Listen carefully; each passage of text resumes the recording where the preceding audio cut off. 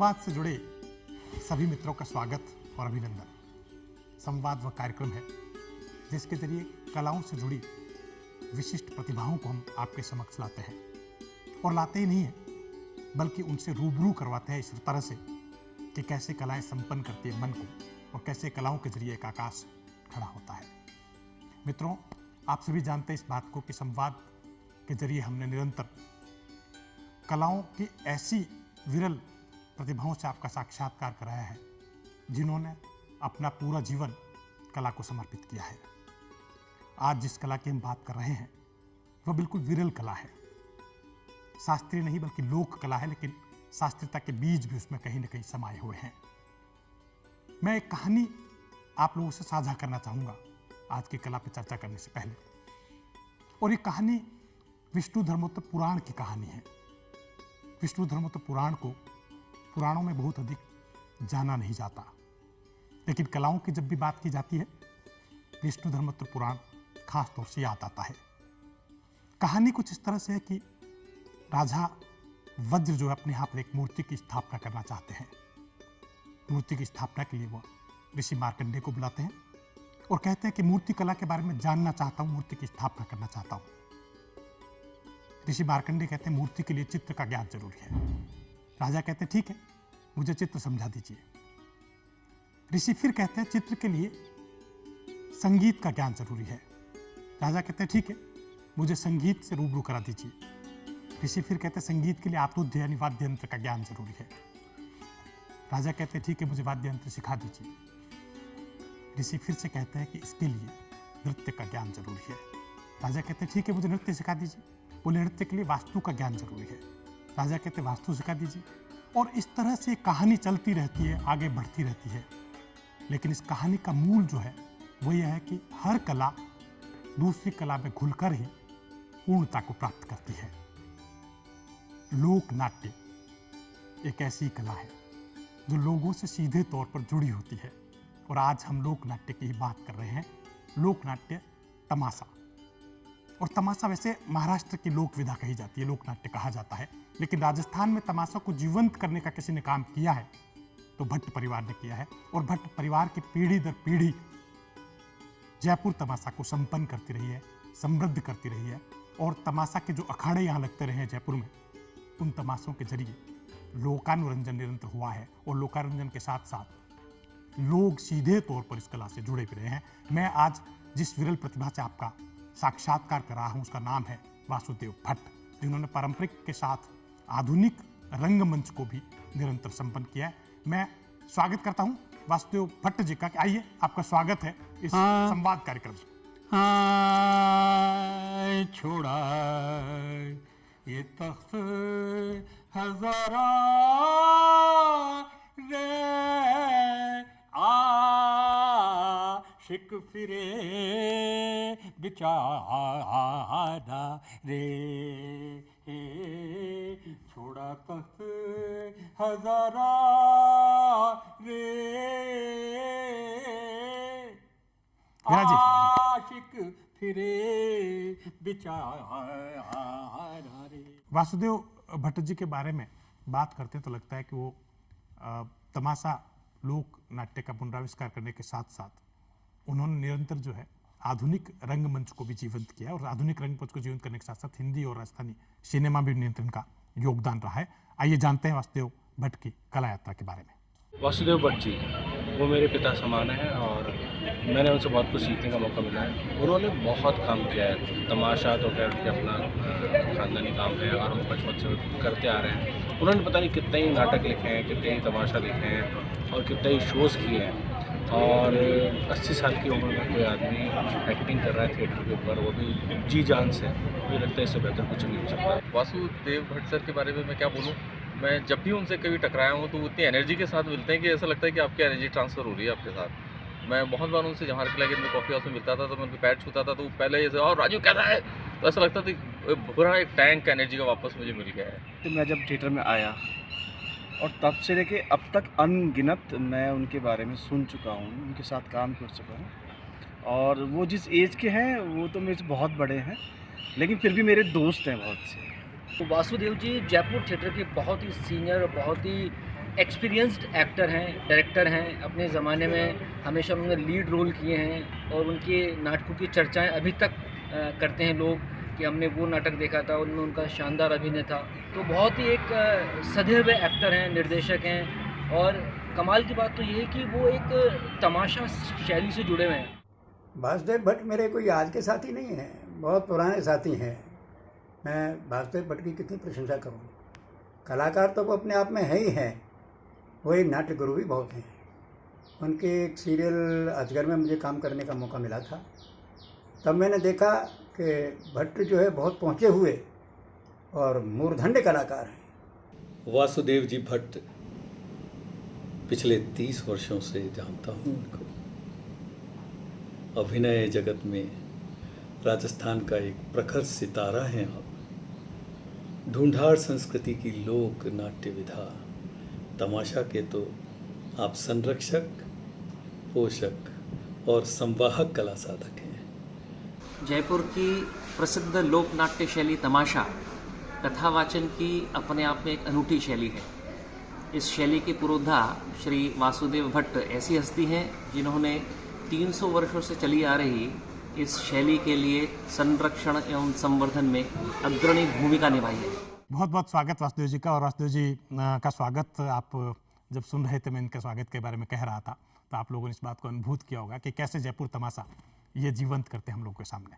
और आज से नहीं बल्कि 7 दशक की यात्रा में निरंतर इन्होंने जयपुर तमाशा को समृद्ध किया है।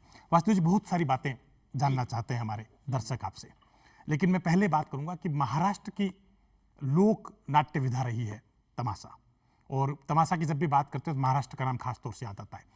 कैसे ये तमाशा लोक नाट्य विधा जो है महाराष्ट्र चलकर राजस्थान में आई और पीढ़ी दर पीढ़ी आपकी जो है उसने इस लोक नाट्य विधा को बढ़त की, उसकी संपन्नता की, उसकी समृद्धता की ओर कदम बढ़ाए।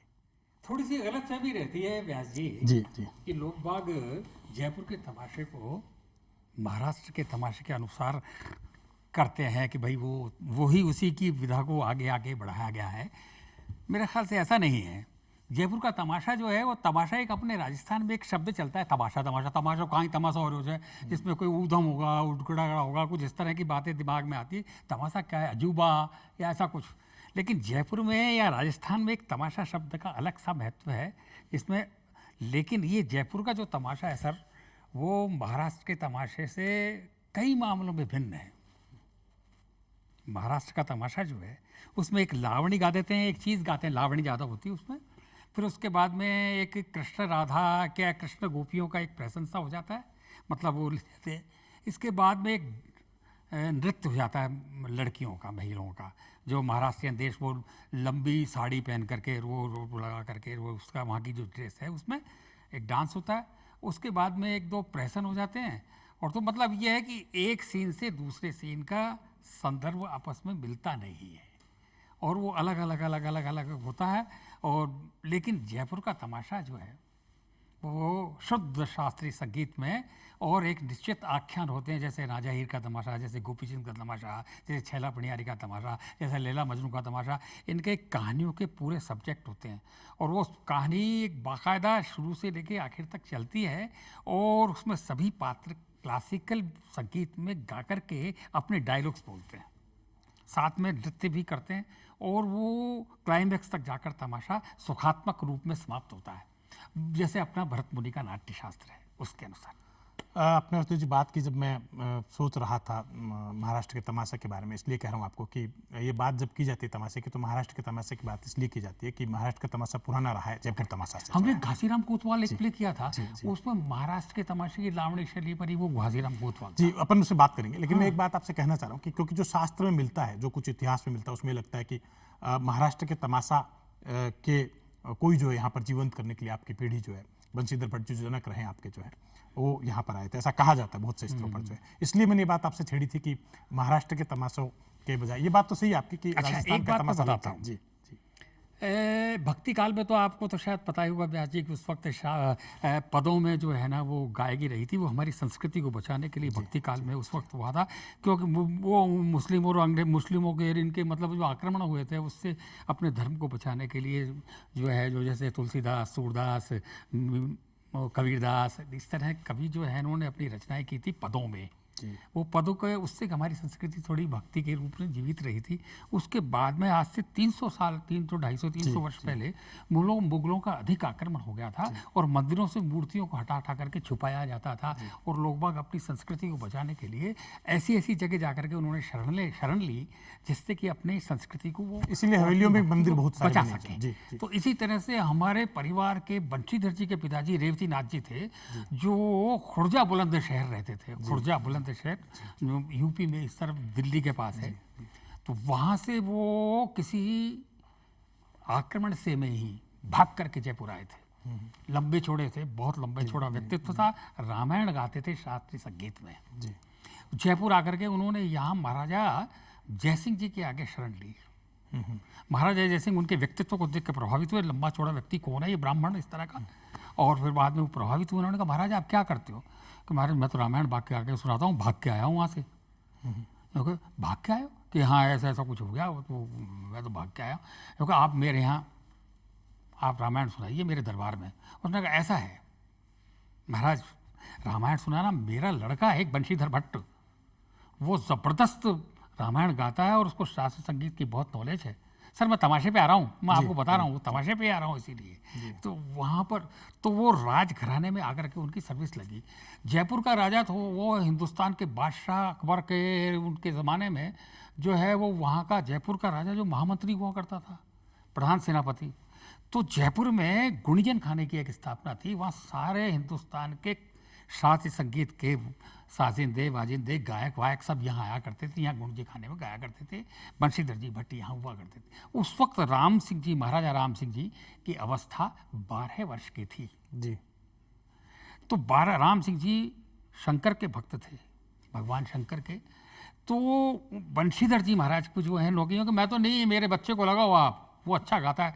बंशीधर जी की यहाँ नौकरी लगी। बंशीधर जी जो है राम सिंह जी को, जो गायक बढ़िया गाता था, राम सिंह जी कहते थे महाराज मुझे इस राग में जो शंकर का पद चाहिए, और वो रात भर में लिख करके उनको शंकर का पद उसी राग में सुना देते थे। उसी से अच्छा मतलब ये कि इतने अच्छे वाद्यकार, इतने अच्छे कलाकार, नायक और गायक दोनों थे वो जी, वो करते थे। अब क्या है कि उनके शास्त्रीय संगीत की काफ़ी कुछ प्रशंसा थी बंशीधर जी की। लेकिन क्या है कि जयपुर की आम पब्लिक, वो जैसे आपने कहा, एक तो दरबारी संगीत होता है, एक ऊपर एक लोक संगीत होता है। लोक में सुनाने के लिए उन्होंने जो है वो तमाशे की रचना की, और तमाशे की रचना, और वो जयपुर में 52 जगह। अच्छा, उसी ज़माने में सारे हिंदुस्तान में प्रश्नोत्तरी के आधार पर गा कर के छोटी छोटी रागों में अपनी अपनी प्रोविंस की राग, अपने अपने मतलब जो है ना वो प्रांतों की रागें उनकी भाषाओं में वो प्रश्नोत्तर में गाते थे।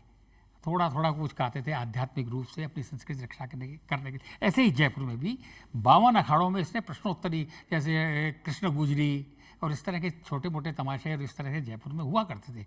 52 अखाड़ों में ऐसे अपने एंटरटेनमेंट के लिए होते थे। लेकिन उसी स्टाइल में मतलब उन्होंने जो है ना बाकायदा उसकी विधा बनाई, और विधा बना करके उसका प्रदर्शन जनता के सामने दिन में किया। को नो लाइट, नो सेट, बस वो के बीच में परफॉर्मेंस, चारों तरफ ऑडियंस और शास्त्रीय संगीत भरपूर। जनता को बड़ा आनंद आता था, और वहाँ से उन्होंने तमाशे की रचना शुरू की। हाँ, बहुत महत्वपूर्ण बात वासुदेव भट्ट जी ने कही, और मुझे लगता है कि बहुत से स्तरों पर बहुत सारी शंकाओं का समाधान भी उन्होंने कर दिया कि यह महाराष्ट्र के जो तमाशा है उससे उसका जुड़ाव नहीं है, बल्कि खुद एक तमाशे के रूप में लोकनाट्य की विधा को जो है जीवंतता प्रदान की, उसे एक रूप प्रदान करने का कार्य जो है बंशीधर भट्ट जी ने कहा, जिनको कि हम तमाशा का जनक कहते हैं। बहरहाल वासुदेव जी से इसी तरह की और चीज़ें मुझे लगता है कि आज संवाद में हम लोगों को मिलेगी, जिसके जरिए हम इस तमाशा को और बेहतर ढंग से जान सकेंगे, इसको समझ सकेंगे। वासुदेव जी, मैं बहुत सारी बातें करने से पहले थोड़ा सा आपके बारे में बताता हूँ। वासुदेव जी भट्ट जो है, बंशीधर भट्ट द्वारा जो तमाशा की लोक नाट्य परंपरा शुरुआत की गई थी, उसके पोषक तो है ही, बल्कि उसकी बढ़त करने में भी आपने बड़ा महत्वपूर्ण योगदान दिया। बल्कि भरत मुनि के नाट्यशास्त्र की हम लोग चर्चा करते हैं तो कहा जाता है लोको वेदस्त ध्यानात्मा। तो जब ये बात कही जाती है तो उसमें कहा जाता है लोक, वेद और अध्यात्म, ये तीनों ही जो है इसके प्रमाण कहीं पर है तो भरत मुनि के नाट्यशास्त्र में है। और भरत इस बात की और पुष्टि करते हैं कि लोक में वह चीज़ है जो शास्त्र में नहीं है। तो जो ये लोक नाट्य तमाशा की बात करते हैं, तो मैंने शुरुआत में प्रसंग दिया था विष्णु धर्मस्थ पुराण का। मैं वासुदेव जी आपसे इसलिए बात जानना चाहता हूँ कि आप तमाम विधाओं से जुड़े रहे हैं, संगीत से भी जुड़े रहे हैं, नृत्य नाट्य और दूसरी जो कला विधाएं उससे भी जुड़े रहे हैं। कैसे जो तमाशा जो है उसमें इन तमाम कलाओं का समावेश होता है और कैसे जो है तमाशा के जो है संवाद पद्य में भी जो है राग रागिनियों के जरिए लोगों के समक्ष आते हैं। जी, तमाशा शास्त्रीय संगीत में होता है, गा करके होता है। एक पात्र गाता है, कोई बात कहता है, दूसरा पात्र उसका जवाब देता है, फिर वो होता है, वो चलता है। और दूसरी चीज़ स्वागत भी गाता है, जैसे उसकी खुद की पीड़ा है तो वो खुद का गीत गा रहा है, इस तरह से। तो मैं आप कुछ एक तो प्रेमाख्यान ऐसे जो कि सब लोग जानते हैं, जैसे रामायण है, जैसे रामलीला है, सारे लोग जानते हैं कि क्या है कि अब यहाँ रावण के तीर लगेगा और रावण के यहाँ पर यूँ लगेगा और वो यहाँ ने तो उसके वो जहर का गढ़ा, वो प्रेम, वो क्या कहते हैं, अमृत का गढ़ा फूटेगा, रावण बढ़ जाएगा, सब जानते हैं जी। लेकिन फिर भी लोग रामलीला देखने जाते हैं। अब ऐसा होगा, ऐसा उनको पता है, राम जी वहाँ जाएंगे, पंचवटी जाएंगे, वहाँ से वहाँ जाएंगे, सीता जी का हरण हो जाएगा, सब पता है। लेकिन इसी तरह से तमाशे में भी जैसे रांझा हीर है, किस्सा सबको पता है। अच्छा, एक बीच में कह रहा हूँ, रांझा हीर कह रहे हैं लेकिन कहा जाता है हीर रांझा। क्या बात है, क्या बात है, आपकी बहुत बढ़िया बात कही आपने। ऐसा है कि हीर रांझा सब्जेक्ट है, लेकिन हमारे बंशीधर जी ने राजा हीर इसको लिखा क्योंकि राजा इसमें मुख्य पात्र है। राजा को ही जो है ख्वाब आता है हीर का, और हीर को ख्वाब आता है वो झट फजर उड़ट फकीर हुआ, 12 मास में आज तेरा दीदार पाया, तो वो फकीर हो जाता है। वो हीर की फिराक में 12 महीने भटकता रहता है, भटकता रहता है, और वो भटकते भटकते उसके सामने जो घटनाएं घटती हैं वो सब वर्णन करता जाता है, बोलता जाता है। तो ये तमाशा आगे बढ़ता जाता है, क्लासिकल बढ़ता जाता है। लास्ट में उसको हीर से मुलाकात होती है, और हीर से मुलाकात में सवाल जवाब होते हैं, और सवाल जवाब आध्यात्मिक होते हैं जी। और वो आध्यात्म उसको हराता है। तब वो हीर जो है वो अपना वेश धारण करके, और वो फकीर का वेश धारण करती है, और उसके साथ जो है वो दरगाह में चली जाती है तपस्या करने के लिए। इस तरह का आध्यात्मिक आख्यान। अच्छा, अब आप जब ये कह रहे थे कि इस तरह से अध्यात्म कहता, तो मुझे लगता है कि तमाशा के पीछे जो अपनी जो जयपुर तमाशा खासतौर से बात करें उसकी, तो उसमें सूफी और निर्गुण जो परंपरा रही है, शायद उसके पीछे भी यही कुछ वजह रही। हाँ जी। अच्छा, दूसरी चीज, एक नाथ परंपरा भी हमारे यहाँ रही है। जी। नाथ परंपरा का हमारा तमाशा है जोगी जोगन। जोगी जोगन, बिल्कुल। हाँ, और उसमें आध्यात्मिक प्रश्नोत्तरी ऐसी होती है जिसको याद नहीं सा। अब मैं आपको राजा हीर का तो बता दूं कि रब का ध्यान दिखे नहीं तुझ माही, फिरे रंदगी में भूला बंदगी में, हुरपत रात के काज की बूझ नहीं, कहे पांगला सुमेर चढ़ो नहीं, पूछने का ऊपर हद्दत आई, चेती जात औकात माफिक बोल, बड़ी बात न काढ़ो बड़ी मुख माई। अब वो सारा मेरे जात औकात का भेद है कि जांगीर बादशाह लट्टी घर जाया, 9 लाख तुरी मेरे संग चढ़े, 10-20 मुल्क में जीत आया। वो इस तरह के डायलॉग भी हैं उसमें जी। और फिर बाद में वो कहता है कि तू अगर बात करे तो दरगाह से रब का जवाब लाऊं, किसी और से झगड़ा लगाए प्यारी, इसका बात सच्चा तुझे जीत जाऊं। तो इस तरह से उसमें जो सवाल जवाब भी होते हैं, डायलॉग में भी होते हैं, गायकी में भी होते हैं, लेकिन क्या अध्यात्म होता है उसमें जी। ऐसे ही जोगी जोगन एक तमाशा है जी। वो जोगन बोलती है, उठत मारूं बैठत मारूं, मारूं जागृत सूता, और 3 लोक में भुजा पसारूं, मैं जोगी अवधूत। इस तरह की मतलब उठत मारूं बैठत मारूं, मारूं जागृत सूता, और 3 लोक में भुजा पसारूं, मैं जोगी अवधूता। तो वो क्या बोलता है, उठत समरू बैठत समरू, समरू जागृत सूता, और 3 लोक से रहूं निरंतर मैं जोगी अवधूता। तो इस तरह के आध्यात्मिक प्रश्नोत्तर उसमें होते हैं, और जनता बड़े मजे लेती है। अरे वाह, जनता बड़ा आनंद लेती है। अच्छा, ये बात जब आप कह रहे हैं तो मुझे और बात आती है कि तमाशा मेरे ख्याल से एकमात्र ऐसा लोकनाट्य है जिसमें दर्शक भी अपने आप में अभिनेता की भूमिका निभाते हैं। अरे साहब, हाँ, दर्शक कभी कभी अभिनेता से कह देता है कि साहब आप यूं कहा, आपके पिताजी यूं करते थे, आपने गलत कर दिया, आप 3 अंतरे खा गए आप। तो यूं कहें कि सुधी दर्शक होते हैं इसके। हाँ, दर्शक। वो किसी दर्शक से पूछा था आप तमाशे में क्यों आते हो, वो कहता मेरे पिताजी आते थे। क्या बात। और दूसरे मेरे पिताजी भी ऐसे बनबना के आते इसलिए मैं भी आता हूँ। इसी तरह से साजिंदे जो बजाते हैं, सारंगी वगैरह बजाते हैं, उनके पिताजी ने बजाया हुआ है, उनके पिताजी ने बताया हुआ है, उनके पिताजी ने पीढ़ी चलता रहा, पीढ़ी दर पीढ़ी हस्तांतरित होते रहते हैं। बजाने वाले भी, वादक भी, कलाकार भी, जो एक्टर्स हैं, जो संगीत सिंगर्स हैं, वो भी, और इसके बाद दर्शक वो भी परंपरा का पूरी भूमिका निभाते हैं। तो आप जोगी जोगन की बात करें तो मुझे याद आ रहा था कि कौन देश के जंगम जोगी, कहाँ तुम्हारा बास, कौन दिशा में सूरत धरी है, कहाँ तुम्हारी आशा है।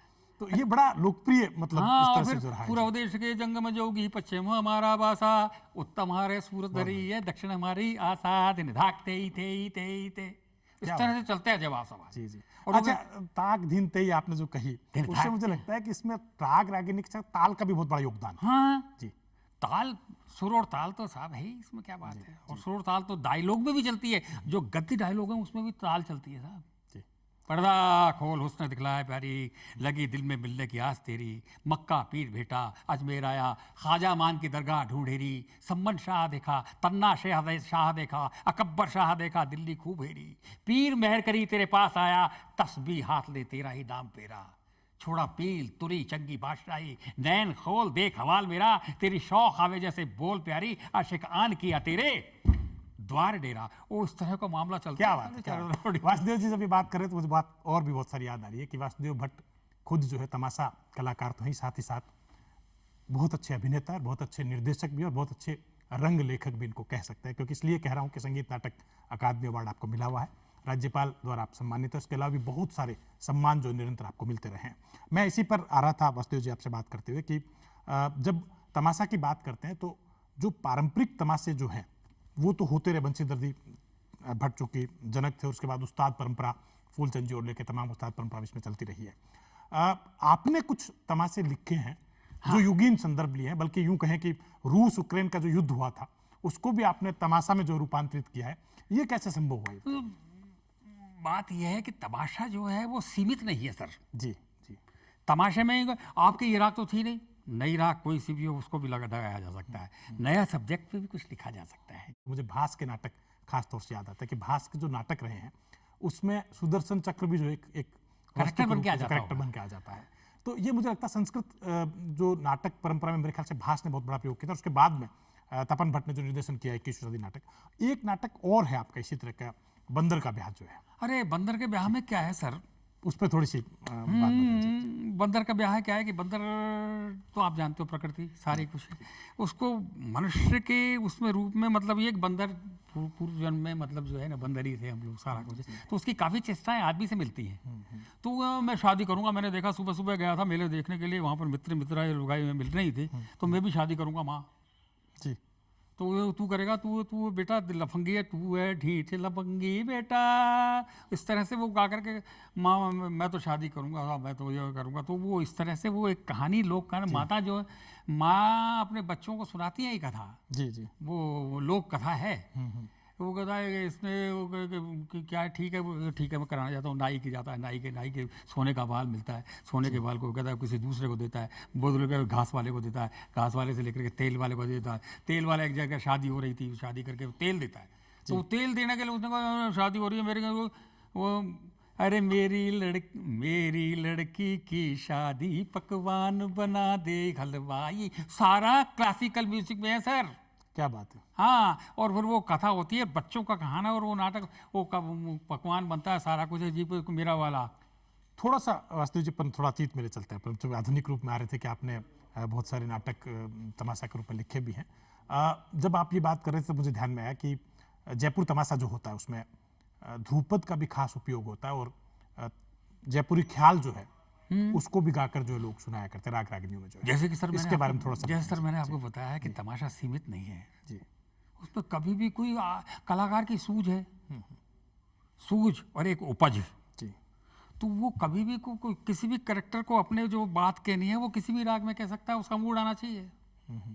पहले से तय नहीं होता यूं कि माने नहीं, ये निर्धारित रागे तो सब निर्धारित हैं, लेकिन तमाशा में जो कथानक है और जो संवाद है पहले से तय नहीं, पहले तो तय नहीं हुआ। हाँ, लेकिन उन्हीं संवाद नहीं, आप कह रहे थे कि कथानक नहीं होता है, ये कैसे कह रहे हैं आप? नहीं, कथानक तो होता है जी, कथानक तो वही है, डायलॉग्स वही हैं, गीत के शब्द वही हैं, लेकिन उन शब्दों को कोई कलाकार का मूड आए तो वो दरबारी में गा सकता है, वो उसी मतलब राग रागिनी परिवर्तित वो उस चीज को मालगोस में गा सकता है, उस चीज को वो ध्रुपद में भी गा सकता है। तो ध्रुपद का जुड़ाव कैसे हुआ तमाशा से, थोड़ा सा ये जानना चाहेंगे हम। ध्रुपद बताऊं मैं आपको, ध्रुपद वो एक तमाशा मेरा लिखा हुआ है, अभी बताता हूँ आपको।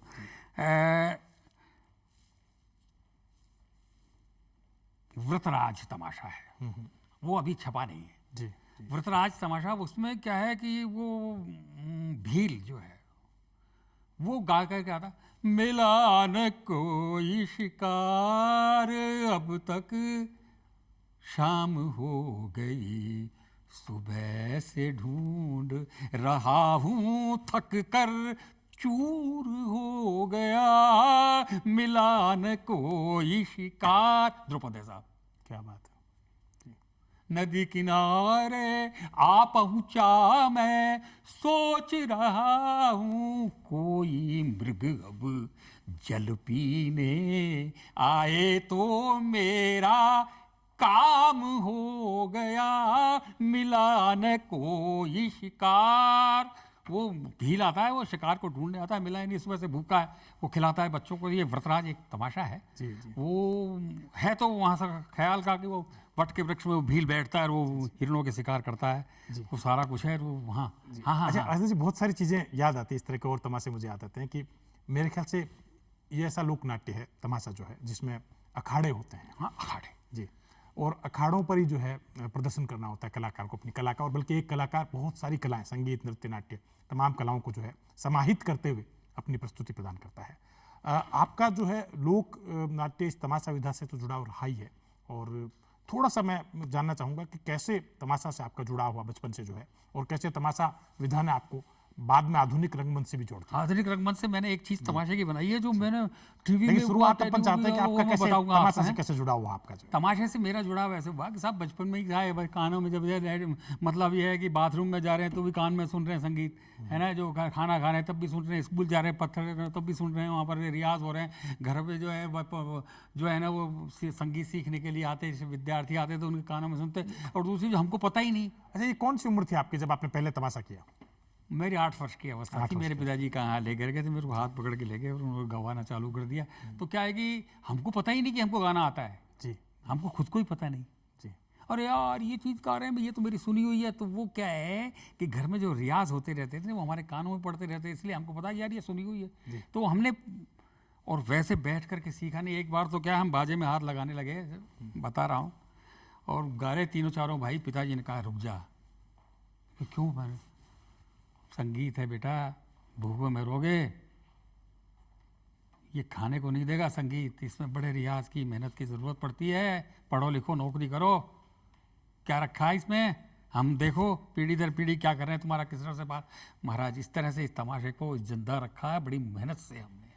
अच्छा वासुदेव जी, थोड़ा सा ही बताएं कि बंशीधर भट्ट जो है जयपुर तमाशा के जनक कहे जाते हैं, और क्या कुछ उन्होंने इस तरह से किया कि ये पीढ़ी दर पीढ़ी फिर जो तमाशा लोगों को बंशीधर जी भट्ट के एक पुत्र थे जी, तो वो ब्रजपाल सीधा सीधा गाते थे। वो यानी बंशीधर जी तो बहुत ज़्यादा थे, बस उनकी धुन की नकल करके एक फूलजी भट्ट ऐसा कलाकार तैयार हुआ साहब। क्योंकि हमारे गुड़ीजन खाने में सर्विस थी ना जी। हमारे परिवार की गुड़ीजन खाने में, राजघराने में सर्विस थी, और कलाकारों के गुड़ीजन खाना हुआ करता था।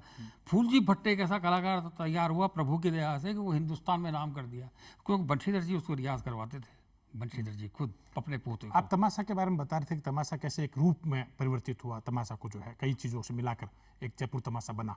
थोड़ा सा इसके बारे में जानना चाहेंगे हम लोग कि तमाशा बना कैसे, किस रूप में बना तमाशा? बंशीधर जी ने जयपुर तमाशा जो है बताया ना मैंने, बंशीधर जी ने रचना की आम पब्लिक को अपना संगीत सुनाने के लिए। जी, आम पब्लिक को अपने संगीत, तो संगीत को संगीत गा करके सुनाने से किसी कहानी में अगर जुड़ करके होए तो जनता अच्छी तरह से मजे लेती है। और फिर उसमें कुछ हास्य का व्यंग भी हो, उसमें राग रागनियाँ ऐसी हो, और फिर उसकी कहानी ऐसी हो, और उस रागनी का प्रेजेंटेशन ऐसा हो। आजकल ताना री री माना री री रा आलाप ताने होती, उसमें मालूम नहीं पड़ता है कि शब्दावली क्या है। तो वो क्या है कि वो शब्द भी जनता इजीली कन्वेबल टू दी ऑडियंस। तो इस तरह से वो जो उनकी राग रागनी के गायकी और शब्द ऐसे थे, और उसमें अभिनय गौण नहीं है, सिर्फ गायकी नहीं है, सिर्फ नृत्य नहीं है, उसमें अभिनय भी है। अभिनय के साथ साथ, और फिर जैसे मैं आपको बताता हूँ, थोड़ा सा आप करके बताइए। नहीं, जैसे ये चारों तरफ ऑडियंस बैठी है जी, तो वो उसमें ये है, ये जो है वो एक डायलॉग यहाँ खत्म हुआ, ये डायलॉग खत्म हुआ। तो एक्सप्रेशन सबको पता पड़ेगा, आवाज़ सबको मालूम पड़ेगी, और उसमें इसका अभिनय दूसरे ढंग का है थोड़ा सा। जी, जी। तो उसमें क्या है, चारों तरफ परफॉर्मेंस होता है। आप कोई तमाशा का आपका बताएंगे? अच्छा, मैं आपको एक चीज़ बताता हूँ। मैंने जिसमें कि तमाशे में क्लासिकल म्यूजिक, आधुनिक स्टोरी, कुछ कॉमेडी, वो आपका खुद का किया हुआ है? वो मैं बताता हूँ आपको। प्लीज। संडे के दिन हम उस टंडे पिक्चर जाना था, 2 गुंडे पिक्चर बढ़िया था, पिक्चर बढ़िया था, पिक्चर बढ़िया था। के धिन धिन धा धा धिन धिन धा धा धा तिन तिन ता ता ता धिन धिन धा। पिक्चर देखे सबसे पहले ता धिन धा आधा धिन धिन धा धाक तिन तिन ता ता ता धिन धिन धा। कपड़े पहने हमने झट से, नीचे उतरे फिर हम पट से। पिक्चर जाना था, पिक्चर जाना था, पिक्चर जाना था। धिन धिन धा आ धिन धिन धा आ दिन दिन ता दिन दिन धा। घर से निकले साइकिल लेकर, साइकिल देखी आया चक्कर, उसमें पिंचर था, उसमें पिंचर था, उसमें पिंचर था। के दिन दिन धा आधा दिन दिन धा धाग दिन दिन ता दिन दिन धा।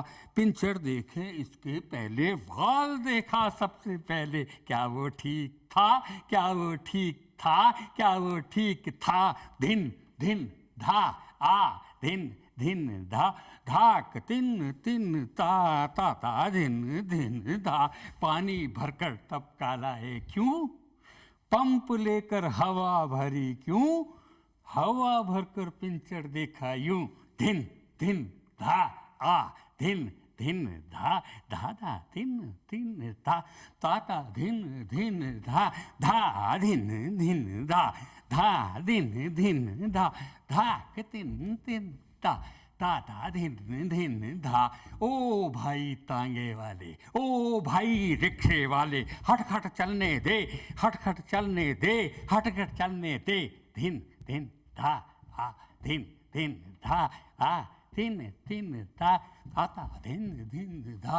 हाय फूटे भाग हमारे, पिक्चर तक जब पहुंचे प्यारे। हाउसफुल था, हाउसफुल था, हाउसफुल था। धिन धिन धा हा धिन धिन धा हा धिन धिन ता ता ता धिन धिन धा धा।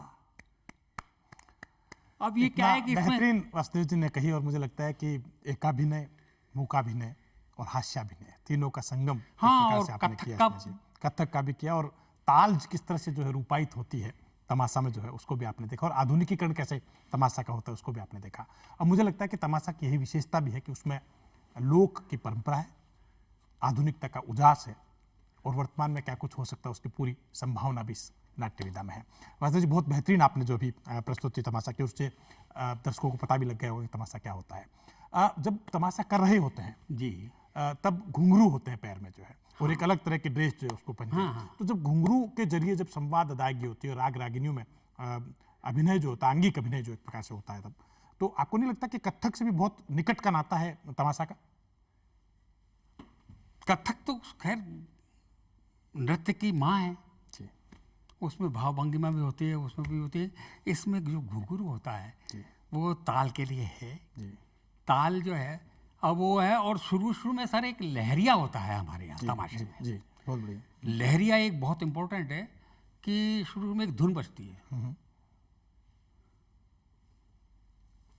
नर नर नारा नर नर नारा नर नर नारा नरा ना नर नारा नारा नारा नारा नारा ना। इस तरह से जो है वो अब नारा नारा नारा नर ना ना ना नर ना, उल्टी रिदम चलती है तो वो घुंघरू बजता है उस जगह। तो वो क्या है कि वो उससे जब ये धुन बजती है तो वो धुन की तरफ से सारे मोहल्ले के बाहर के आदमी जो है ना वो समझते हैं कि तमाशा शुरू हो गया, अपन को चलना चाहिए। एक प्रकार से यूं कहें आगाज तमाशा का। हाँ, जो वो इस क्या तरह से कहते हैं जी, उसको, जी, क्या आगाज मतलब होता है। एक तरह से जैसे को बजता है हाँ यार कुछ हो रहा है तो लोग गाते हैं, तो ये धुन होती है। और इसी तरह से ये गाते हैं, जब जैसे गणेश वंदना होगी गाएंगे तो वो क्या है कि ऑफ द बीट जो है ताल चलती है। तो ऑफ द बीट जो चाल चलती है तो वो घुंघरू बीच में जो चलता है ना उसमें, तो वो घुंघरू को बहुत घुंघरू जो है एक प्रकार से तमाशा का जो कथानक है उसको व्यंजित करता है, तमाशा के कथानक को जो प्रकट करने का काम भी बहुत से स्तरों पर घुंघरू करता है। वासुदेव जी, आपसे बात कर रहे थे तमाशा के बारे में, और तमाशा के बारे में बहुत महत्वपूर्ण बातें आपने बताई भी है। साथ साथ हम ये भी जानना चाहते हैं कि तमाशा के बाद आधुनिक रंगकर्म जो है उससे भी आपका निकट का नाता रहा है। बल्कि मैं कहूँ कि घासीराम कोतवाल जो है उसमें घासीराम का मुख्य किरदार जो है आपने कभी निभाया था, और स्वप्न वासुदत्ता जो बहुत प्रसिद्ध नाटक जो है उसमें भी जो है आपने मुख्य भूमिका निभाई थी इसमें, उदयन की भूमिका जो निभाई थी। और जब उदयन की भूमिका की बात करते हैं तो एक खास तौर से वो चित्र मुझे मूर्ति कला जो याद आती है, जिसमें वासु दत्ता को भगा ले जा रहा है उदयन, और हाथी के पीछे जो है उसका अनुचर सिक्के फेंक रहा है, और सैनिक जो है पकड़ने के लिए जा रहे हैं और हाथी तेजी से भाग रहा है, वो उद्यत है उन सिक्कों को पकड़ने के लिए। तो ये जो स्वप्न वासव दत्ता और घासीराम कोतवाल आपने किया, इसके जरिए आप बताइए कि कैसे आधुनिक रंगकर्म की जो बढ़त तमाशा के जरिए आपकी हुई। सर बात यह है कि शुरू में रामलीला नाटक वगैरह ये जो है ना पुराने रास वगैरह, रासलीला तमाशे देखते हुए जी, और फिल्म देखते हुए हमें अंदर से एक हमारे अंदर अभिनेता की जागृति हुई जी जी, और हम करना चाहते थे। तो शुरू में ही हमको नाटक वाटक करने लगे और हम प्रभावित होते रहे, और फिर बीकानेर हमारा अपॉइंटमेंट हुआ। हम छोटे छोटे नाटकों में, आप सरकारी नौकरी में भी रहे हैं? सरकारी नौकरी में भी रहे आप? हाँ, बीकानेर में हमारा पिताजी हमारे क्या है कि बीकानेर चले गए थे अपने एक शिष्य के यहाँ। तो शिष्य ने कहा भटजी महाराज आप यहाँ ही रहो, क्योंकि मैं कैसे रहूँ, मेरा लड़का बिगड़ जाएगा, बम्बई भग जाएगा, वो नाटक का शौकीन है, फिल्म का शौकीन है, गाने का तमाशे का शौकीन है, वो बम्बई भग जाएगा, मेरे बच्चे की यहाँ सर्विस लगे तो मैं यहाँ रहूँ। तो मेरे को वहाँ ले जाया गया। वो ज़माना ऐसा था कि साहब सर्विस से जल्दी लग जाया करती थी, आजकल तो बड़ी मुश्किल होती है तो नौकरियाँ सरकारी मिलने में। उस वक्त उन्होंने कहा मुझे वो कार्ड वार्ड मंगवा लिया, एम्प्लॉयमेंट एक्सचेंज से, वो सारा कुछ करवा करके वहाँ मेरी PWD में। क्या उम्र थी आपकी उस समय? मेरी 18 वर्ष। आप नौकरी सही 18 वर्ष में नौकरी में भी आ गए और नाटक से भी जुड़ गए? तो वहाँ फिर वो नाटक का हमको शौक ही था ही। तो फिर बाद में कोई कंपनी वम्पनी थी वहाँ नाटक की, तो वीणा पाणी कला मंदिर वहीं था, जो आज तक मेरे पास चल रहा है। जी, ये वीणा पाणी कला मंदिर के द्वारा ही छवि। तो वीणा पाणी कला मंदिर की स्थापना वहाँ की थी हमने। विष्णुदास, विष्णुकांत व्यास और ये इस तरह कुछ लोग थे, निर्मोही व्यास और जो लोग थे, हाँ, तो उनके साथ हमने संस्था निर्माण की। तो मैं वहाँ जल्दी प्रसिद्ध हो गया, पता नहीं क्यों कि मेरे अंदर जो है अभिनेता था, मेरे अंदर जो है वो खून में गुण थे, इसलिए वहाँ जल्दी प्रसिद्ध हो गया। और 2-3 बार वहाँ फैसला नाटक किया तो मैं बेस्ट एक्टर की प्राइज़ मेरे को वहाँ मिली थी।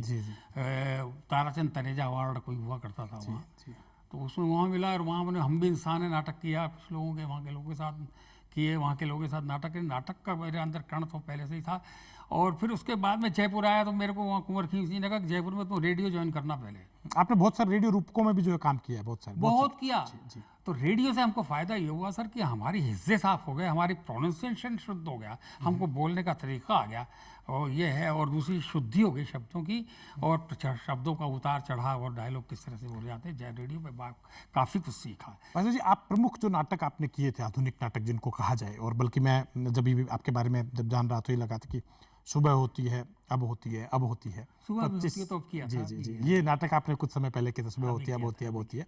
और पंकज सुबीर का लिखा, नट सम्राट, पंकज सुबीर का लिखा हुआ नाटक है सुबह होती है, अब होती है, अब होती है, और तपन भट्ट ने इसका निर्देशन किया। हाँ जी जी जी जी। तो इसके बारे में थोड़ा सा बताएं कि कैसे ये शुरू में सर हम वहाँ राष्ट्रभाषा कॉलेज में पढ़ा करते थे जयपुर में। हमको सोचा था, हमने सोचा BA है यार, BA कर लें यार, थोड़ा सा पढ़ाई कर ले। तो पढ़ाई का भारत रत्न भार्गव हुआ करते थे वहाँ, अच्छे रेडियो के संगीत नाटक अकेडमी में रहे। हाँ, डिप्टी सेक्रेटरी। तो भारत रत्न भार्गव मेरे गुरुजी हुआ करते थे वहाँ पर। तो क्या उनको एक जयपुर में, मतलब Rajasthan all India competition, drama competition होते थे सेंट्रल स्पोर्ट्स काउंसिल के जिसमें, तो वो उस वक्त की एक्टर्स की ज़रूरत थी। तो पिंचो कपूर और S वासुदेव दोनों हमारे वहाँ पर आए कॉलेज में, और आकर के ढूंढने लगे। तो रीडिंग करवाई साहब मेरे से, तो रीडिंग करवाई। भारत जी ने कहा ये भटकोर करवाओ, तो मैंने रीडिंग करी, उसने मेरा सिलेक्शन कर लिया वासु जी ने। और पिंचो जी मोटे, वो आकर नाटक करोगे? मैंने कहा हाँ नाटक करेंगे। तुम्हारी परीक्षा है? मैंने कहा परीक्षा जाम, हम परीक्षा एग्जाम तो नाटक करेंगे। और साहब हमको कंपटीशन में उलझिया कृतियाँ पहले नाटक करवाया। उलझिया कृतियाँ, हाँ, 1971 की बात है शायद, 1670 की बात है। और वहाँ वो ले गए। अब यहाँ के बड़े बड़े एक्टर, कुछ लोग नाम नहीं लूँगा, वो लोग कहे अरे भटको ले रहे हो यार, तुम काहे का ले रहे हो? ठीक है, वो ले लिया। वासु जो है वो कॉन्फिडेंट थे, पिंचो को वो कॉन्फिडेंट थे, नहीं ये भट्टी करेगा। तो मेरे को बड़े बाबू का रोल दे दिया उसमें। तो वहाँ पर दिल्ली में, मैंने यहाँ टेलीविज़न में भी हो चुका है वो प्ले। तो हम दिल्ली में वहाँ गए साहब, मेरे वहाँ प्राइज़ ले आया फर्स्ट, बेस्ट एक्टर की बात है। यहाँ आकर जयपुर वाले सारे, तो वहाँ से मेरा यहाँ जयपुर में मॉडर्न थिएटर में स्टार्ट। कितने 100 से ज़्यादा नाटक आपने किए? खूब किया नाटक वासु जी। और निर्देशन भी किया नाटकों का आपने? नाटक मैंने कौन कौन से खास नाटक जिनका निर्देशन आपको याद आता है? मैंने ट्रेडिशनल नाटक तो सत्यवादी हरिश्चंद्र किया जी, उसको। फैसला नाटक तो खैर दूसरी बार किया ही किया। उसके बाद में ज़माना नाटक किया, फिर ये तमाशे नए वाले लैला वो मजनू लिखे भी ये- आपने नाटक हाँ, जी, जो लिखे हैं उनको निर्देशन किया। इसके बाद कई मैं वासा अच्छा वास जी, एक बात बताइए कि जैसे आप तमाशा से जुड़े रहे हैं आरंभ में जो है, फिर आपने नाटकों में अभिनय भी मैं किया, नाटक में उसके बाद- इसलिए जी जी, और नाटकों का निर्देशन भी किया और लेखन भी किया, तो क्या भिन्नता मानते हैं कि अभिनेता जब नाटक का निर्देशन करता है और लिख भी रहा होता है, तो क्या कुछ परिवर्तन महसूस करते हैं जो आप? मेरे ख्याल से तो मेरे को हमीदुल्लाह एक हुआ बहुत बढ़िया लेखक हुआ बहुत अच्छे करते थे नाटककार, अपने। जी जी मतलब मैं जो मंच देखता हूँ और फिर मंच पे देखता हूँ लोगों को अभिनय करते हुए, अभिनय करने के बाद मैंने कहा यार ये यूँ होना चाहिए, ये होना चाहिए, इसको यूँ बोलना चाहिए, इसको यूँ बोलना चाहिए, ये सीन अगर यूँ हुआ तो यूँ अच्छा लगेगा, यूँ अच्छा लगेगा, तब लिखता हूँ। कई बार कई नाटक ऐसे होते हैं जो पहले एक्सटम्पोर यानी कल्पना से कलाकारों को बुला करके पहले रिहर्सल करते हैं, बाद में लिखते हैं। वासी जी, बहुत सारी बातें मैं जानना चाहता हूँ, Theatre of performance जी, जिसे समय कहते की हैं। सीमा देते, लेकिन थोड़ा सा अपन चलते हैं आपके कि आपने राजस्थानी फिल्में भी की है, हिंदी फिल्में भी की है और टीवी सीरियल भी आपने किए हैं, तो खासतौर से इससे बात करें कि हिंदी जो फिल्में इंडिया टुडे और तुझे नहीं छोड़ूंगा जैसी हिंदी फिल्में आपने की, और राजस्थानी फिल्मों की बात करें तो आपने बहुत सारे वीर तेजा जी, हाँ, नवल माथुर हमारे डायरेक्टर हुआ करते थे, सौतन जो है वो आपने सावन रितीज, सावंटी थी। बेटी राजस्थान री, नानी बाईरो मायरो, हाँ, और जय करणी माता जैसी जो है राजस्थानी फिल्म की, तो राजस्थानी भाषा में जब आप फिल्में कर रहे होते तो क्या आपको अनुभूत हुआ कि राजस्थानी फिल्मों का क्या कुछ भविष्य है? राजस्थानी फिल्में एक यहाँ जयपुर में भी हमने प्ले भी किया था। राजस्थानी फिल्मों में इसलिए किया कि हमारे निर्देशक जान पहचान के थे। राजस्थानी फिल्म में नवल माथुर और एक वो कल्ला जी, जी जी, ये हमारे जान पहचान के, हरिदत्त कल्ला उन्होंने कहा भट्ट, और मेरे जयपुर में अच्छा एक्टर था ही, तो उन्होंने कहा भट्ट आ जा यार, तू तमाम फिल्म में रोल कर ले, पैसे वैसे बहुत कम मिलेंगे, तू तो आ जा, मैंने कर लेंगे साहब। तो हमने इस तरह से और हिंदी फिल्मों के बारे में जैसे India today, Hindi film India today कैसे किया, प्रेस हुआ? और ये अहमक जो सीरियल किया, मणिकौल ने मेरा यहाँ पर से सिलेक्शन किया था। मणिकौल बहुत इंटेलेक्चुअल था, इंटेलेक्चुअलों का बाप था वो, तो उसने मेरा यहाँ जयपुर में, मैंने कहा हाँ हम आपसे क्यों प्रभावित हो, आप बहुत बड़े डायरेक्टर हो गए, हम तो हमारे एक्टर हैं। तो इसी- अहमक के बारे में थोड़ा सा बताएं कि अहमक जो सीरियल आपने किया था, अहमक जो है, अहमक से कैसे जुड़ा हुआ आपका जो है? अहमक मतलब यहाँ जयपुर में हम थिएटर करते थे, मणिकौल आए यहाँ, तो उन्होंने इंटरव्यूज़ लिए, तो हम भी आ गए। तो हम उससे पहले जो है ये आपने एक फिल्म का नाम लिया था इंडिया टुडे, जी जी उसमें हम काम कर चुके थे। बीकानेर में एक अब्दुल सत्तार जी जी, हमारे डायरेक्टर हुआ करते थे, तो वो अब्दुल सत्तार प्रोड्यूसर, तो बीकानेर में ही हमने वो फिल्म की थी इंडिया टुडे। मैंने उसको बताया, मैंने ये किया है, घमंड से बताया। उसने कहा, और दूसरी चीज़, हम आपसे क्यों प्रभावित हो साहब, आप इतने बड़े डायरेक्टर तो हो गए, हम क्या करें। बस इस बात से वो प्रभावित हो गए मेरे ऊपर, और उन्होंने मेरे को अहमक पे रोल दिया, और उन्होंने कहा मैंने सारे इंडिया में ढूंढा, अब वो भी वो ऐसा ही स्पेशल। अहमक के बारे में थोड़ा सा बताएं, कैसे क्या रोल आपने जो किया उसमें, अहमक जो मुख्य भूमिका आपकी रही है? अहमक अहमक मेरी क्रिश्चियन का रोल था, और दूसरी चीज़ कॉमेडी रोल था जी, अहमक में। और शाहरुख खान वो तो वो हीरोइन, शाहरुख खान की बात आप कह रहे थे कि अहमद से कैसे जुड़ा, शाहरुख खान करा? अरे साहब क्या है कि मेरा सिलेक्शन हुआ, मैं रोल कर रहा सर, मैं बिल्कुल इतना भूल गया, काफ़ी तो उनको 30-40 साल हो गए इस बात को। तो वो मणिकौल बैठा हुआ डायरेक्टर की सीट पे क्या बोलता है शाहरुख से, शाहरुख वाज देयर, और मैं वहाँ परफॉर्म कर रहा, मेरा शूटिंग चल रही थी। शाहरुख सी माई सिलेक्शन, क्या रोल कर रहा है मेरा लड़का। तो इस तरह का मेरे को याद है, कुछ को बड़ा प्यार किया मणिकौल ने मेरे को बहुत, और दूसरी मेरे को बड़ा अच्छा रोल करा अहमक में उन्होंने, और Shahrukh was with me there. तो आपने टीवी सीरियल यात्रा, लोक लोक की बात, टीपू सुल्तान यात्रा, ने भी की। हाँ यात्रा में क्या है कि हमारे कि मेरा एक मुझसे जूनियर, मतलब मेरे से नाटक सीखा हुआ झांकल, रवि झांकल। हाँ, रवि झांकल वो मुंबई चला गया था उन दिनों, मैं उन दिनों गया नहीं था। रवि झांकल ने वहाँ पर वो डायरेक्टर थे, क्या ना यात्रा किसने बनाया था, उस डायरेक्टर को कहा कि भट्टो जयपुर में है, उसको लेंगे अपन।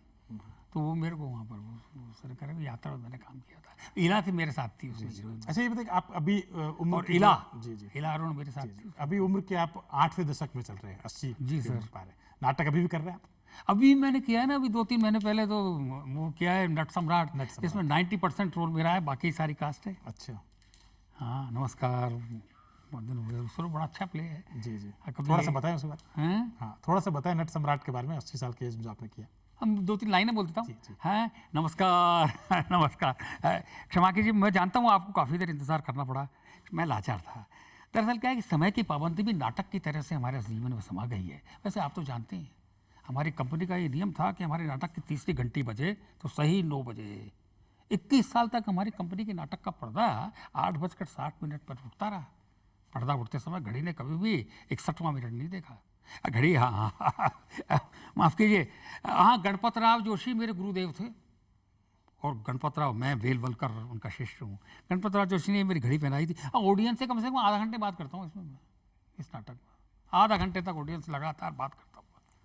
आपने बात कही वासुदेव जी, घड़ी की बात की हो, तो मुझे लगता है कि बात करते हुए पता नहीं चलता कि कहाँ पहुँच गए हम, और मुझे लगता है कि अभी बहुत सारी और बहुत बातें कुछ जो बाकी है, सर। बाकी है, लेकिन समय की अपनी सीमा होती है। आपने खुद अपने अभिनय में अभी बताया था कि घड़ी का ध्यान रखना पड़ता है जब अभिनय कर रहे होते हैं, या अभिनय नहीं बल्कि कुछ भी कर रहे होते हैं तो घड़ी का ध्यान रखना होता है। हमें भी घड़ी का ध्यान रखना है। और वासुदेव भट्ट जी के बारे में मैं बात करूं तो मुझे लगता है कि अभिनय के साथ साथ लोक विधा से और शास्त्रीयता से भी निरंतर आपका जुड़ाव रहा है। संगीत से, नृत्य से, नाट्य से, अभिनय से और तमाम कलाओं के साथ निर्देशन से भी आपने निरंतर जो है लोगों को लुभाया है अपने निर्देशन से, जो नाटक आपने निर्देशन किए। और अभी भी 80 साल की उम्र के बाद भी निरंतर आप सजग हैं, कुछ न कुछ नया नाटक करने की ओर प्रवृत्त रहे। इसका प्रमाण है नट सम्राट नाटक जो आपने अभी किया है। बहुत सारी बातें होती रहेगी आगे। आपसे फिर मैं चाहूँगा कि एक बार और संवाद में आपसे संवाद करेंगे, लेकिन अभी यही संवाद को विराम देते हैं। और संवाद के कार्यक्रम में आप सभी ऐसे ही जुड़े रहें। आपका साथ निरंतर हमें उत्साहित करता है, उल्लसित करता है। बहुत बहुत आभार वासुदेव जी। धन्यवाद।